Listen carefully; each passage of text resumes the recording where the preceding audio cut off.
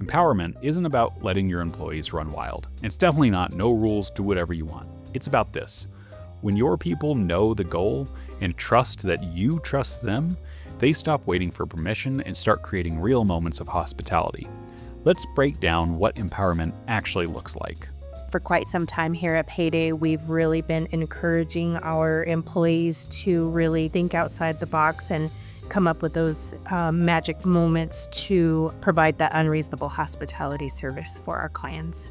And when you communicate that clearly enough, when people know you've got their back, something surprising happens.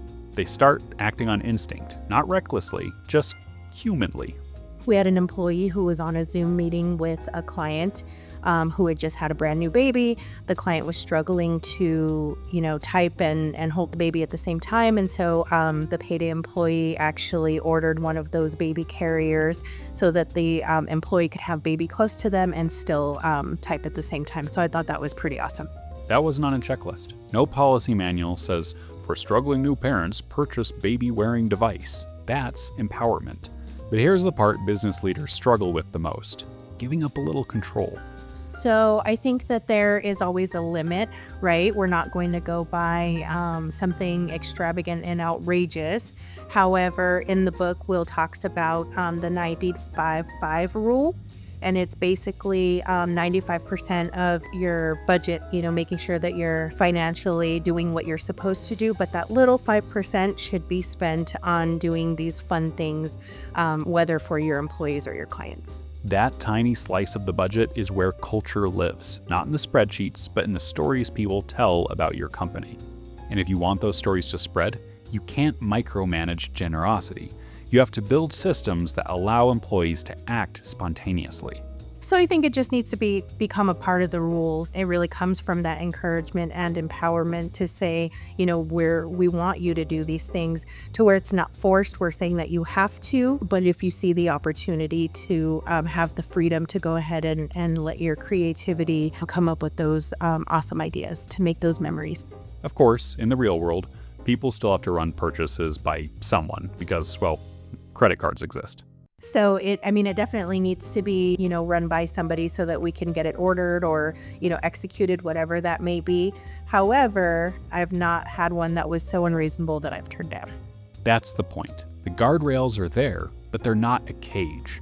We do have an employee who takes the time to write her clients handmade or handwritten birthday cards, which she gets very positive feedback for, and I think it's pretty impressive that she takes the time to do that. It doesn't cost anything, and it's just a special way to let somebody know that they're being thought about.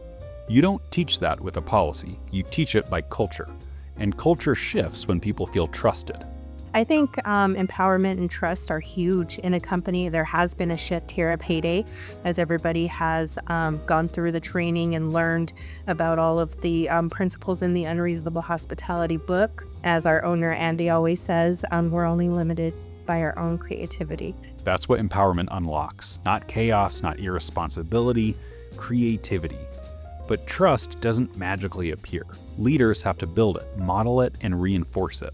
Teaching good judgment, I think, is much like teaching your children, right? It's just a matter of laying out the expectations, the principles. Here at Payday, we have our core values. And so we've laid out the expectations of the company. We are very selective in who we hire to make sure that those individuals align with the company culture. When expectations are clear, empowerment doesn't feel risky. It feels natural. And when leaders are aligned, the energy spreads. So what has to come from management first is making sure that they are on board, that they understand the goal and the mission and what we're trying to do or what you're trying to do, and ultimately provide that encouragement for their employees. Empowerment isn't a program. It's not a meeting. It's not a memo. It's a culture where people feel trusted enough to make someone's day without asking permission first. I think that positivity is contagious. When I went to the Unreasonable Hospitality Summit, I came back and I was like super energized, and I was, pumped about all of this information that I had learned.